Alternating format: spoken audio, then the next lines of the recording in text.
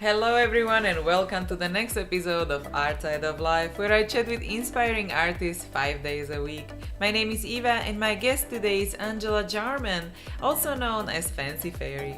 In this episode, you will learn about how you can make your dreams come true. She responded and said, I am the wardrobe assistant for the Victoria's Secret fashion show, and we have a segment called Fairy Tale that we think that they would be perfect for. And my jaw hit the floor because this had been sort of my dream goal. Angela was born, raised, and is still living in the Bay Area, California. She studied and worked in a graphic design field for over 10 years, but on the side she has been always fascinated by fantasy worlds and fairies. She has a background in professional fairy and princess parties, and that brought her to designing her own costumes and eventually wings that she sells to the public. She started selling iridescent fairy wings where there were none yet on the market, because she wanted wings that looked like she could have plucked them from a real fairy.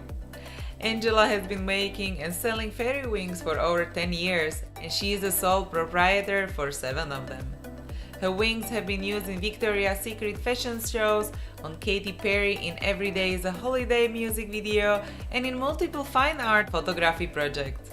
So please welcome Angela Jarman, and let's get to the interview. Good, great, how are you? I'm doing good.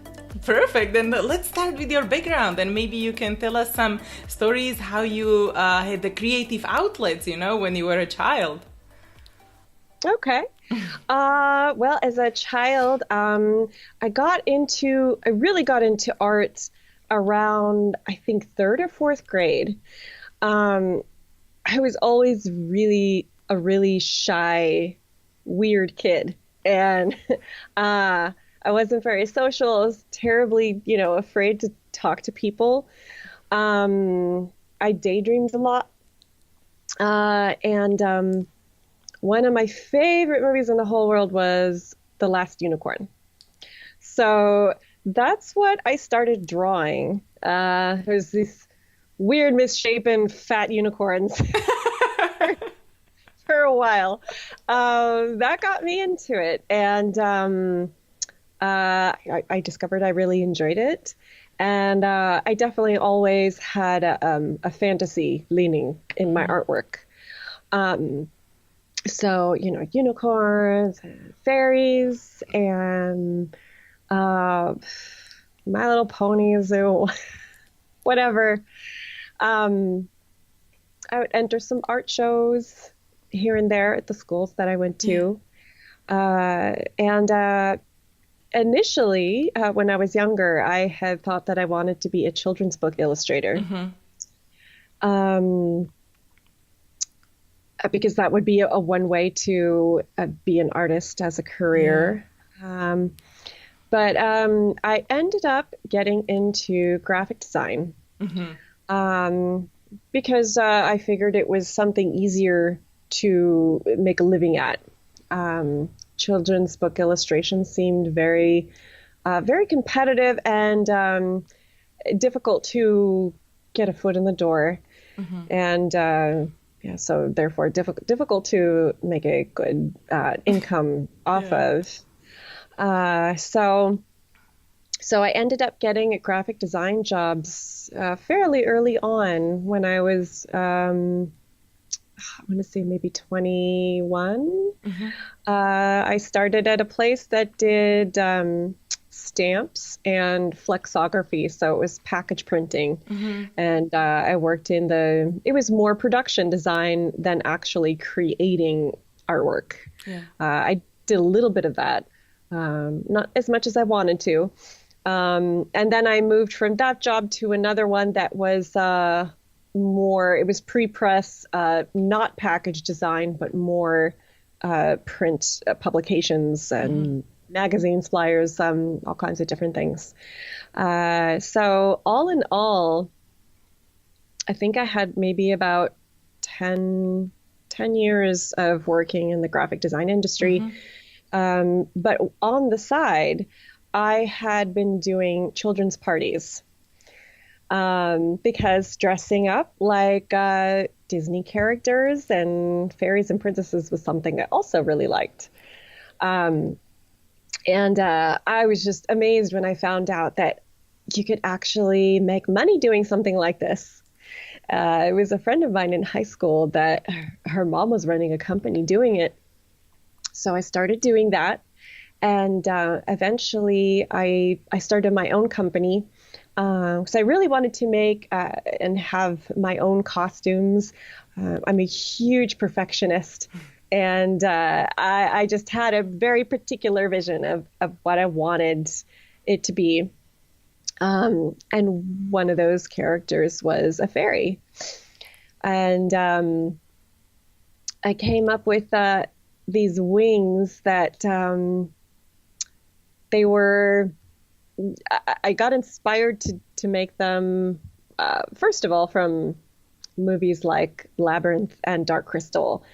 There's the scene in Labyrinth where there's a fairy flying around and she gets sprayed with the fairy poison because they bite in that movie. And she falls to the ground and she's got these, they looked like these transparent iridescent wings that were, they were more insect-like than butterfly, which is what I was usually used to seeing. And I really wanted to make something like that. And when I was house sitting or dog sitting one day, the dog came in and it had these tiny, tiny, tiny little insect wings stuck on its fur. The insect was not there for whatever reason. It was for you, so, you know? Yeah. So it must have been maybe a fly, I'm thinking. But either way, you know, they had this iridescent sheen to them that I thought was really cool. And so I was just determined to find a way to make some fairy wings like that for my fairy character. So I went to the craft store and I got some of the iridescent film and some of the vinyl. And my first set was very, very cheap. And I used really thin, you know, floral wire and they were sort of just bubble shaped. I think I used Scotch tape to lay down some of the veins inside, and the harness was very blocky. It was literally a wooden block that the wires stuck into. And my dress was just sort of a couple draped pieces of fabric and a very simple skirt, and I have pictures of that I can share actually. Perfect. And it's come a long way. So at that time, I had met who's now my ex-husband, and while I was working at my graphic design job and doing the kids' parties on the weekends, he was starting his own Halloween company. He was a sculptor and sculpted masks and props and things. And this was during the internet boom. And graphic design and pre-press services were starting to not be in demand so much anymore. So I had gone part-time. Things were slowing down, and eventually I got let go because there just wasn't enough business coming in.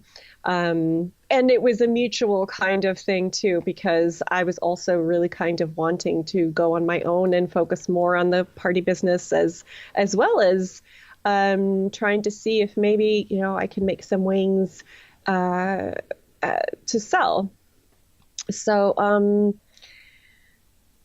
I started doing that. I made my first set differently than the very, very first set that I made for myself. No more of the weird block harness thing. And I used thicker wire. They had a more open-edged design rather than having a wire going all the way around. So I had a dream about watching a play with these fairies floating around, and their wings were more delicate looking. So I tried that. And I first traded a few sets with Avalon Arts, who is a fairy portrait studio. They took portraits of children and people with wings and things, and that was their business. And we met them. I hit it off really, really well with Charlene and John, and we decided. They asked if I would trade some wings in return for a photo shoot and some images that I could use, and of course I said yes. So that was my first sort of not really a sale, but a trade. And after that happened, I thought, well, maybe I'll try and put a setup on eBay. Mm-hmm. And they went right away. So did the next set. And it became obvious that people were wanting something like this. So I ended up having a page on our old company website for the fairy wings, which initially people sort of complained about because they had to go through all these really creepy monsters and things. Yeah, Halloween stuff. To Yeah. get to these pretty wings. So after a while, I came out with the fancyfairy.com and got my own website. And after a while too, it was getting difficult to keep up with orders because I was making these all wrapped, hand wrapped wire. Mm-hmm. So it was a little more difficult to be consistent with the design. And also a little hard on my hands. So I spent just lots of nights, late nights, up on the internet, trying to think of ideas and searching for ways that I could streamline the process a little more and also allow me to make the designs more intricate, a little more sturdy and more consistent. And that's when I came upon the idea of getting the frames cut out of sheet aluminum. Mm-hmm. Because that would mean that they would be very light. They would be rigid enough and they could be still bendable and posable so that people could bend them out at an angle, and they just look more dynamic to me that way rather than just if they're flopping around or if they're just sticking straight out to either side. It just gives them a little more life. So after that, it just it took off a lot faster, and it was a lot easier to fulfill more orders and offer better pricing to people as well. Oh wow, yeah. And when you were doing the parties for kids, did you do like sketches or did you do costumes? So you were actually sewing or something, or how did you transition from that to wings and designing wings?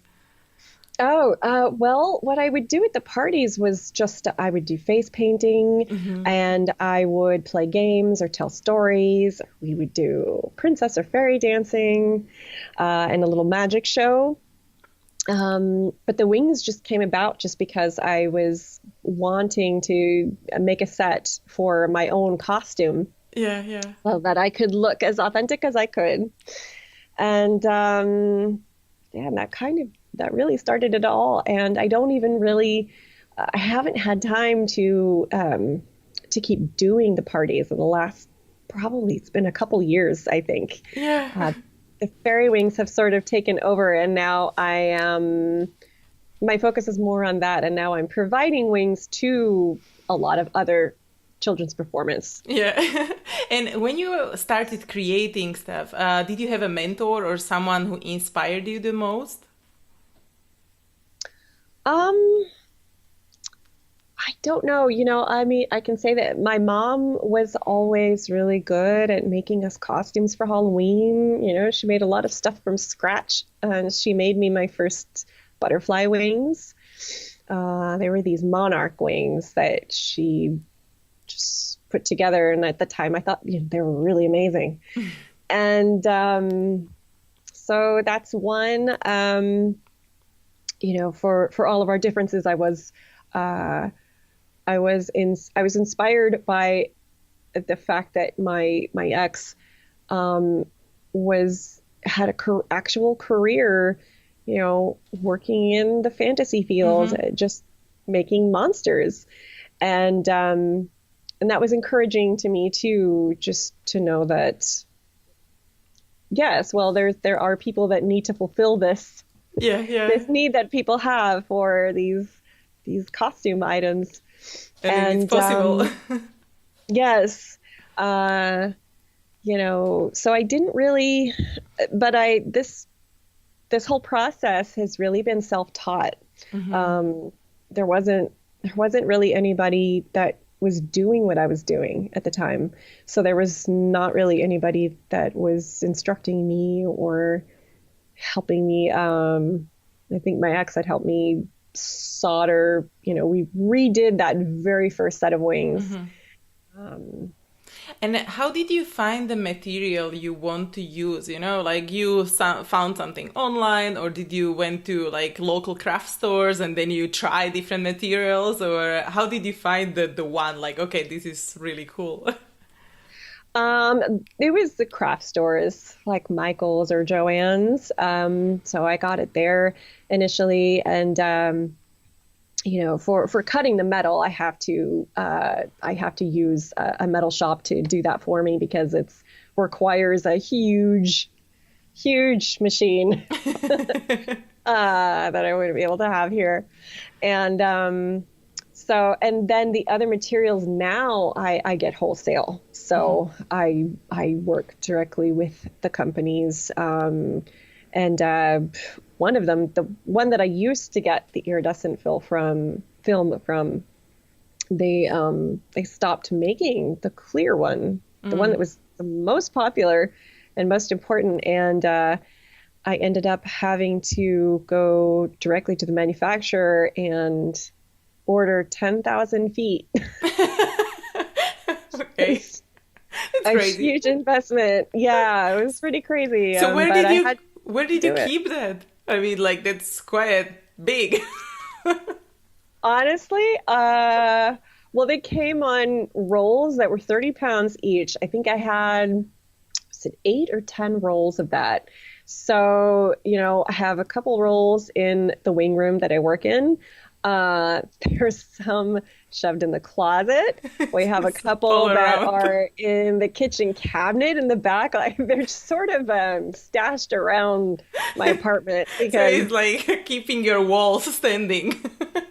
yes, I would have rather gotten a smaller amount of material, but it wasn't an option. So Oh yeah, but it's good that you have it now. So yeah. yes, I'm set for a while. And what would you think it was the best advice you ever received, or maybe also the worst advice? Oh, hmm. Probably the best advice I've received that I didn't do because this just sort of happened is take some business classes. um, and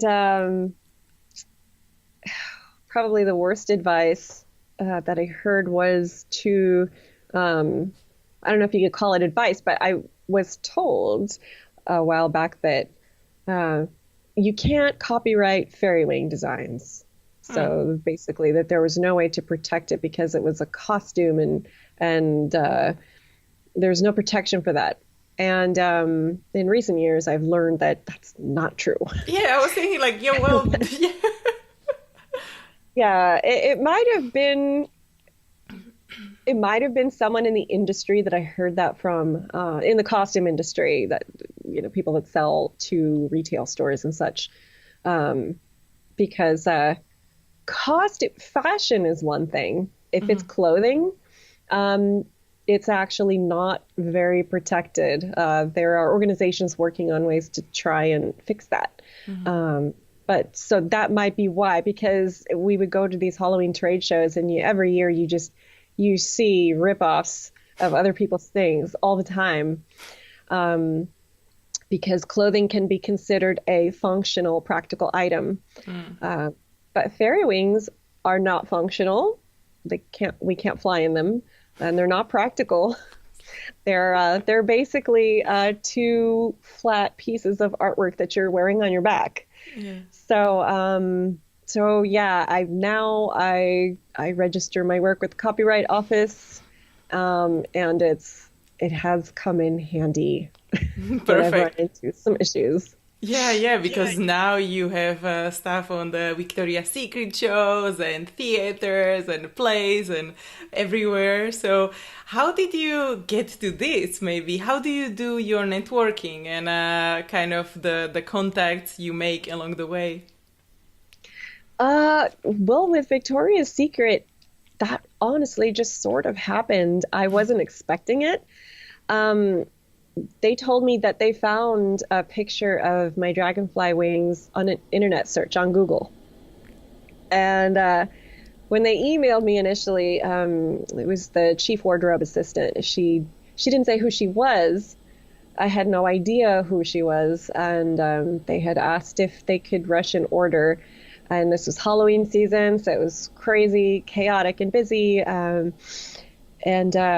said, I really just don't know if I can. I don't want to make a promise to not be able to do this. And, if so, there's going to be a rush fee. And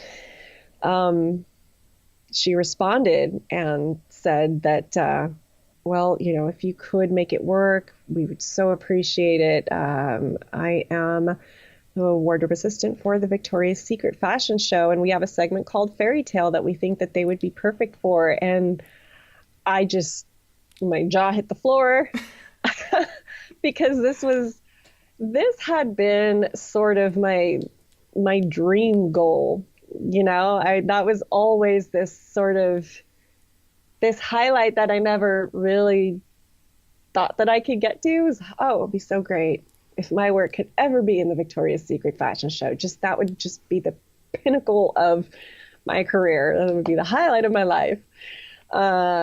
So yeah, I wasn't even sure if I should believe it at first. I had to go double check, and I looked up her name to see, and there she was, and she was listed as being involved with the show, and so of course I told her yes, and sent her the wings, and then they called me back after they got them and said that they wanted more. So I sent off about, I think it was 4 more sets for that year, and that was 2014. Oh, super nice. Yeah, so it was really a crazy experience.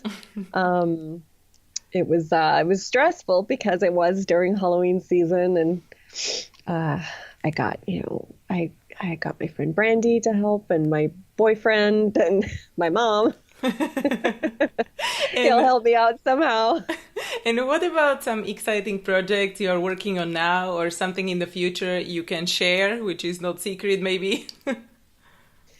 Uh, right now I've been focusing a lot more on just uh trying to come up with some different ideas and create uh maybe using some new materials that I haven't Hmm. tried yet. Um, we got a 3D printer, so I need to brush up on my 3D skills, and I'm planning on incorporating that into my work to add some sculptural elements. Hmm. Um, I did that with one set that I sculpted by hand, just with the Sculpey clay, to add a sort of Baroque flourish piece to the base of a set of wings. Um, and I really liked it, although symmetry is more difficult doing it by hand, and also really small details. So yeah, that using more Swarovski crystals will be fun. I want to play around more with flocking, even though it's a huge pain. It has a really neat effect because looking at real butterfly wings, Hmm. some of them do have this sort of very almost velvety surface. Um, I had bought a couple of butterfly specimens from a store that used to be near the area, Hmm. and to inspect them and really look at what they look like up close. Hmm. I want to try and mimic nature as much as I can, but create new designs in doing so. So you look also in different shapes of wings. So I guess you do sketches, right, before you start designing and. Yes, yes. I'll do sketches. A lot of the times, I'll look up things in nature. I'll look up bugs, butterflies, dragonflies, all kinds of insects. I'll, collect a few books here and there. Yeah. There are a lot of other artists that inspire me too. So I sort of browse around all these things to try to give myself some ingredients in this sort of subconscious stew. and then I put it all away and take out the sketchbook and just sketch some ideas out and see what comes out. Because I don't want to just copy a butterfly. I want it to be something unique and something that looks like it could have come out of nature, but is not. Yeah, some realistic element, but then it's still like in the fantasy world. Right. Yeah. Oh, really nice. And do you have some books you would recommend to people to check out? Like our audience is always interested, in your new ways of creating stuff. Maybe some like material book or DIY or something you like, or some I don't know, biology book, or it can be also some other related topic. Oh gosh, I'm trying to remember the book of butterflies that I have, and now I can't. But I would say, yeah, if it's wings or something, there's lots of those sort of collections or specimen books with photos or illustrations. There was a book called, was it Fairy Style or Fairy Fashion? I'm not sure now, but it was really neat. It was a book that it was basically little fairy outfits. And they were made out of flowers and plants and feathers and things. If I find it later, then we can put it in show notes. A caption or something, yeah. Yes, definitely. Yeah, but that was also really inspiring because I do also like, I really like to design costuming. It's just not something that I want to sell to people because it's extremely time consuming and very labor intensive. And, at least with fairy wings, I don't have to worry about sizing and fitting people. And I'm not that fast of a seamstress. So although I enjoy, making these things for myself once in a while, like I'd say maybe once a year, sometimes less, I'll make some elaborate thing for myself, especially if I have an event to go to and then make some wings for it. So what are the events you would recommend, like you go to something really cool, maybe for networking as well, or just see creative stuff? Oh, definitely. The Labyrinth of Jareth is amazing. And that does happen in LA.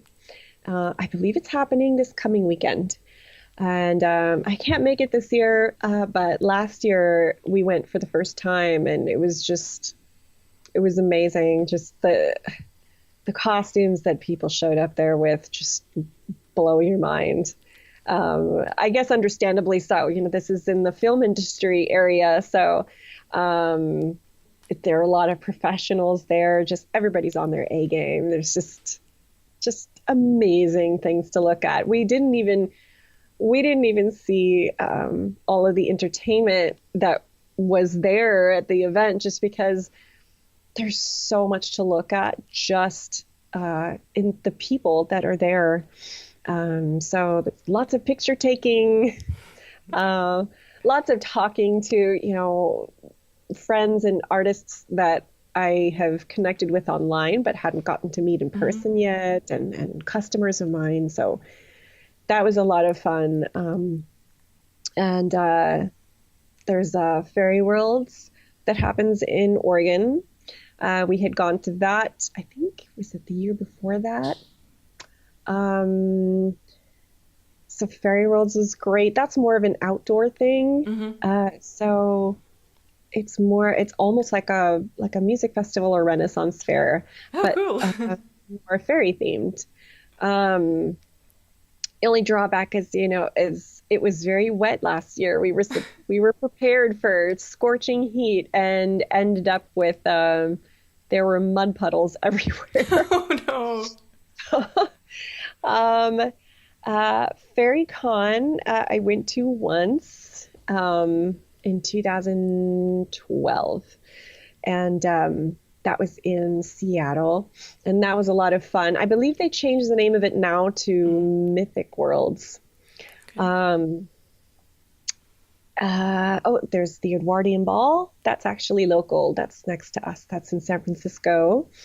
That's a lot of fun, not necessarily fairy themed, but another very, full of eye candy costumed event. That's another place where everybody has some really spectacular costuming and makeup, and that's a lot of fun. And do you also have sometimes like a stand where you can promote your stuff or sell, or do you usually just go and walk around and network? I actually usually just go and walk around. I tried to do a few fairs and trade shows initially, with the old Halloween business that we had. We went to trade shows all the time for that, and it's a lot of work, a lot of overhead, a lot of freight and shipping, and having to store these display walls and things that you need for the show. And I decided I just didn't want to get into that again. It's a lot of work, and sometimes we would go to a show and people just wouldn't. They're not prepared to spend that kind of money on something like fairy wings. So you I'm need sure to. that's probably different depending on which event I go to. If it was something like Fairy Con or Fairy World, I'm sure I'd probably do fine. But I do it so rarely. I get to take so few vacations that when I go, I prefer to be able to enjoy myself. And I go in costume. I bring all my wings, and I'll bring some business cards, and I'll network that way. Yeah, so it's also promotion for you. Yes, exactly. And and usually the people that need their wings probably have bought them before their trip anyway. Yeah, that's So true. yeah, so that's how I prefer to do it, and it's more enjoyable that way. I don't get stuck at a booth. Yeah, So so you can maybe see. someday, yeah, if there's something local, which I still can't believe that we never have any fairy themed events in the San Francisco Bay Area. Maybe you have to start Should. one. Maybe. Event planning isn't something I'm really good at. If someone else wants to take that on, I would love it. But yeah, if we had something local, I might be a little more open to the idea.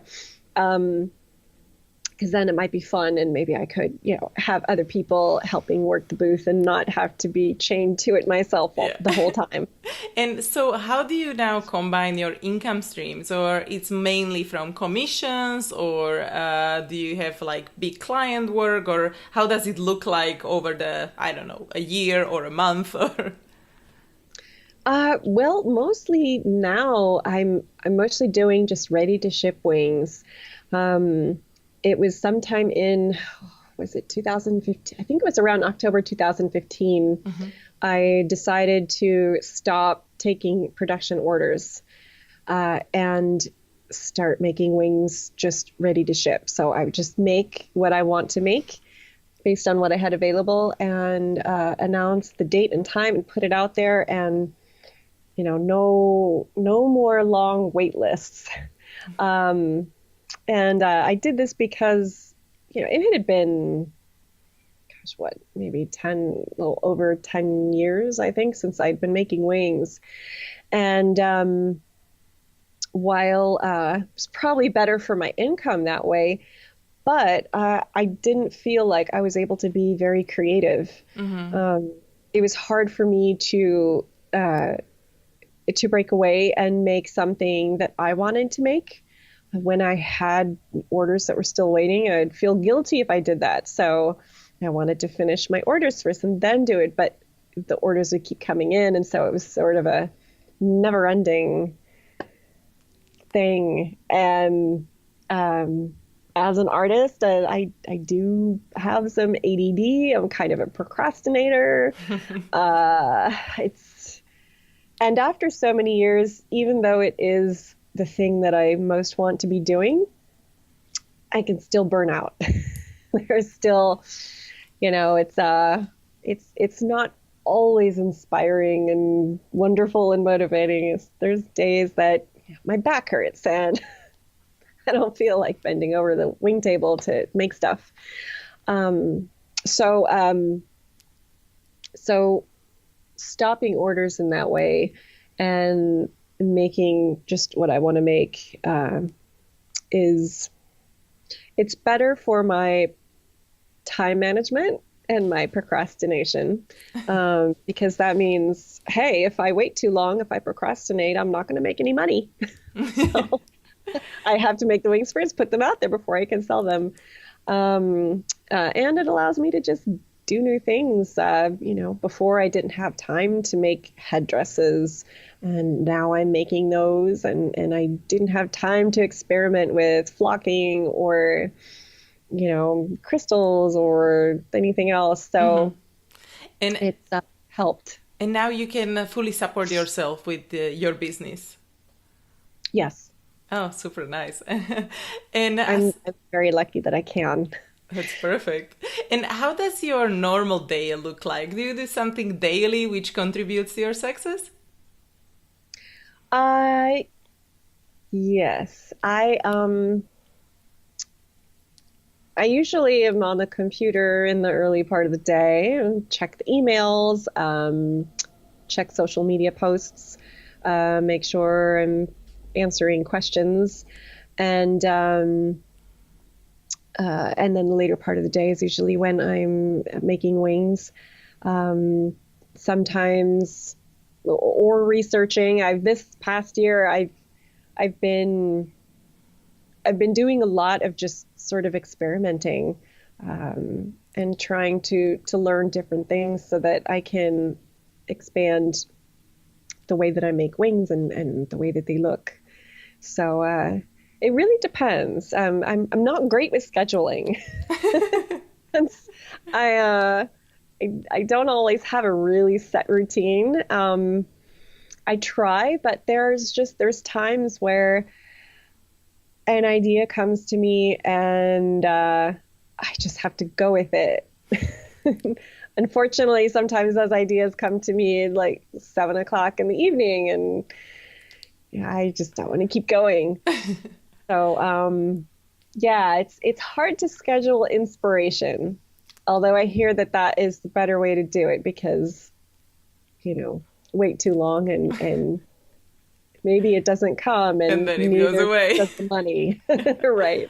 And is there something you bought which simplifies your life in a recent time? Maybe some tool or medium or something? Oh, let's see.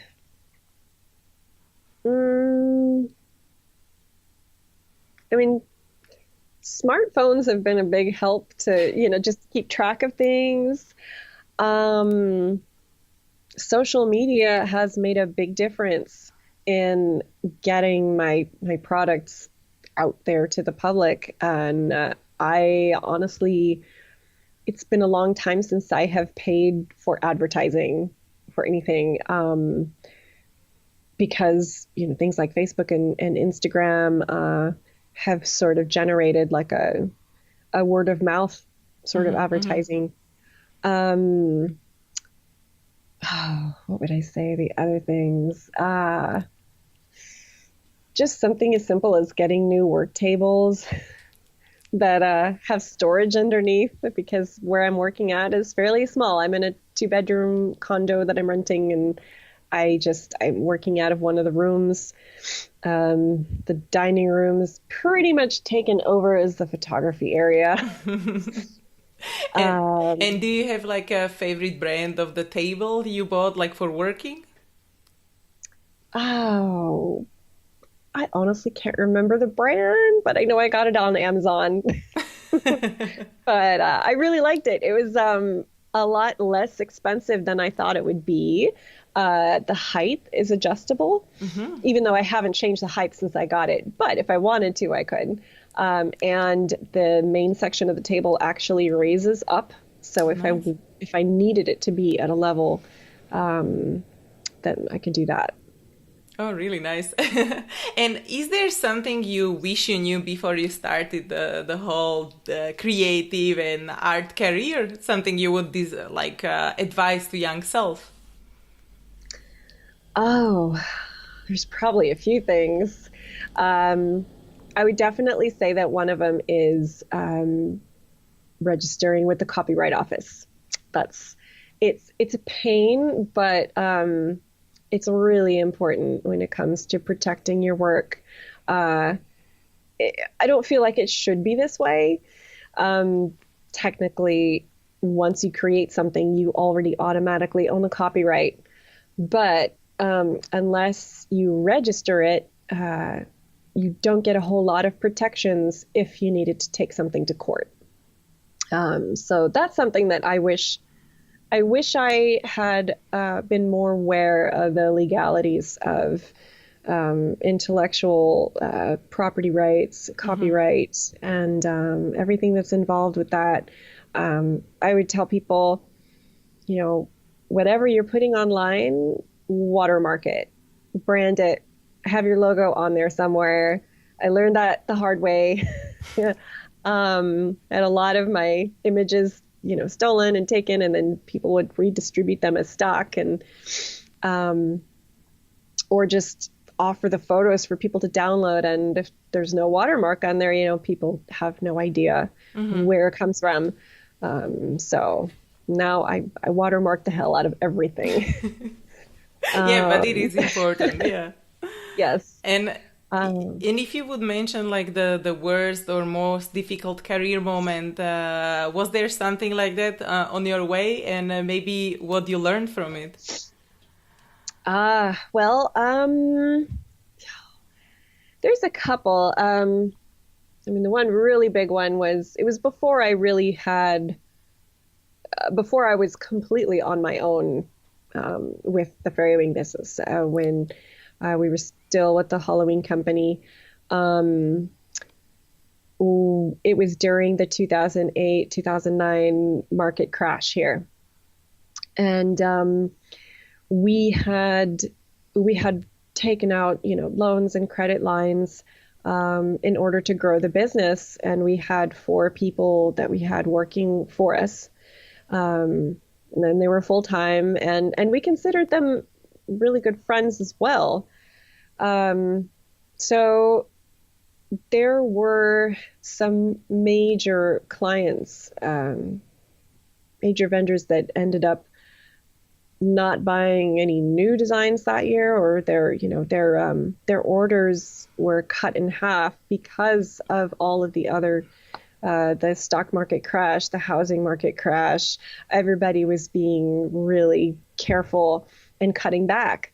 And we hadn't really planned very well for that kind of thing. It was a blessing and a curse that our products did really well and got picked up by retail stores like Spencer Gifts and all the other ones, Spirit. But we got into it so quickly that we didn't learn all of the ins and outs of having a business. And, we didn't know that there was, that we had to pay employee, the employment tax on top of, so there was, I forget the exact number, but it was tens of thousands that we found out that we owed for employee tax that we had no idea about. No one had really taught us, and nobody had told us that this is something that you're going to have to pay. The person we hired for our office manager wasn't aware of it, and we were sort of depending on her, like, oh, she must know, the CPA that we're using must know. They would tell us, right? So just all of the really boring, difficult parts of business. We hate it because we're artists, but we need to learn, before we go into it. Okay, if you have employees, you're going to have to pay employee tax. If it's a corporation, you're going to have to pay, what is it? I think it was at least $800 a year, no matter what you make. We just assumed that the business would keep growing. And when we found out that it wasn't, that we were going to actually need to borrow more in order to keep it functioning, then we found out that, oh, well, guess what? The housing market is tanking. Our house, which was our main, our what do I want to call it? Equity. I know there's another word that I'm, for some reason, can't think of right now, but is not enough. We could not get anymore. And we eventually had to decide to lay everybody off. And that, I would say, that was one of the most difficult things. We felt horrible. It was the last thing that we thought about doing. Even though I guess, financially we should have thought about it before. So that was just horrible, just not being prepared for that. Feeling like we disappointed, our friends, we felt really responsible. So that was one thing that was sort of more in the past. More recently, I'd say the other one was, there were two fairly major infringements. I found out that I had a couple of my wing images that were being sold in a stock fairy wing pack by a really large app company. So that was a mess. That was took a lot of time and resources, and it was settled. We came to a settlement, but don't know if it was really worth all the trouble that we had to go through to take care of it. So, yeah, but that kind of thing happens a lot. That was just the biggest one, where it was actually a pretty high profile company that stole it and was selling it. So the copyright helps when you have something on top of it. Yes, exactly. If I didn't have the copyright, it probably, I'm not sure what would have happened. On these images, what they used, you actually had copyright as well. I thought they used something without copyright. Like an image. Yeah. Mm-hmm. Yeah. Well, they said that it was just one of their employees, that they hired to make these must have taken them from the internet. And it was funny, we did and it wasn't just me, it was actually 2 or 3 of my other fairy wing making friends also had their fairy wing images stolen in the same pack. But, we went to Google, we did a search for fairy wings, and, oddly enough, there were our images right there in the search results. Like, this person just went and did a Google search and just downloaded. Yeah, it's very lazy work. So wow. They must have just thought that nobody would care, or that it wouldn't matter somehow. So yeah, what can you do? So people should be ready also for something like this, and just so we should watch out for each other, and just if we see something, it shouldn't be there, so we should inform the artist if we know. Yes. Yeah, so that's perfect. And some of the last questions I want to ask you is about the future, and if you would have a dream scenario in 5 to 10 years, what would you be doing? And you cannot fail, and just how does it look like? Oh, wow.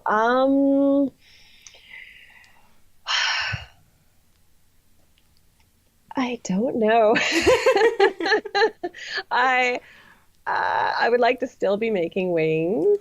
I would love it if we could find an even easier way to make moving, flapping wings, and a bigger place to create out of. That might be one of the main things, is just it would be wonderful to have a larger space that would allow us to actually maybe make some bigger things. Maybe somewhere down the line, have one of my own machines that can cut some of this stuff. I would like to do actually just more art, more painting. I paint for my fairy wings currently, but I would like to make more just fairy art in general, and be able to expand the things that I can make and offer to people. It's just it's always on the list, but it's just one of those things that I have to get better at my scheduling and time management in order to make those things happen. So yeah, I mean, it would be nice if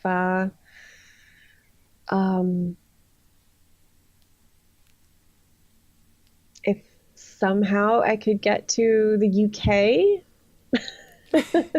and do something, I don't know, a photo shoot, or eventually I would love to make it out to one of the fairy events that they have in Europe. There's some really amazing ones that I'm always seeing pictures of, and I just have not had the opportunity to get out there. So more digital items. I would like to, because eventually somewhere down the line, physically making wings is probably going to get more difficult as I get older. There's no real ergonomic system set up to make wings right now, in order to avoid, repetitive stress injuries or anything like that. Yeah. So I would like to actually expand and make more digital things like stock fairy wings. I finally made some because everybody else was stealing my images and selling them. So I figured I should be doing this. So you can actually create them. Yes. Yes. And my last question would be like, what would you like to be remembered for in like 100 years? Oh, wow.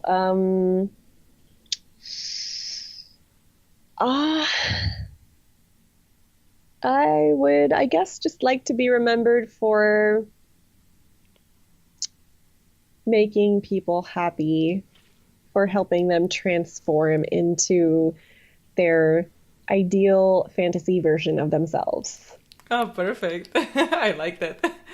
And so I'm so happy that you took time and join us and inspire young artists. And before we say goodbye, you can maybe share like last piece of advice or key takeaway, and then we will say goodbye.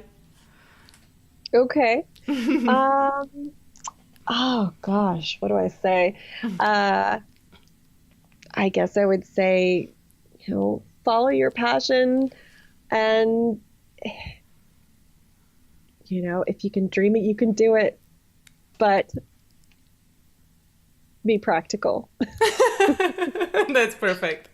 Be practical and cover your butt, and copyright your work. Very important. That's one of the things that I always stress to people now is make sure you copyright, get it registered, and have fun and make what you love, make what you enjoy, and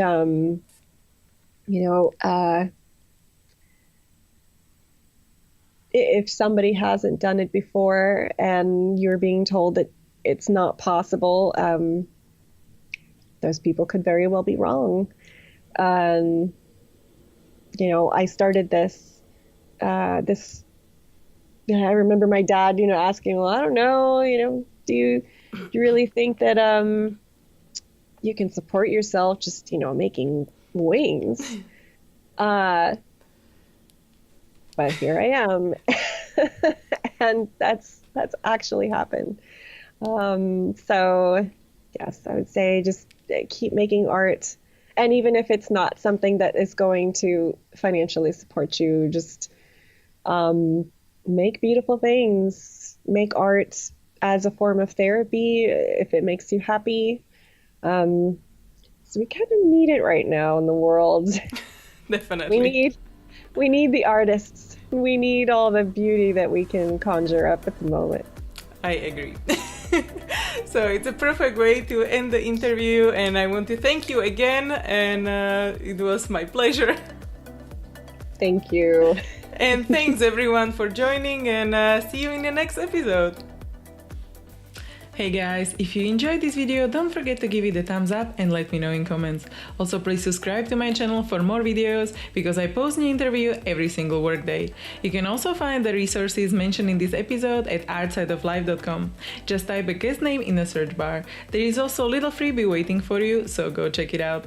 If you want to listen to the interviews on the go, make sure to check out the podcast episodes at artsideoflife.com/podcast.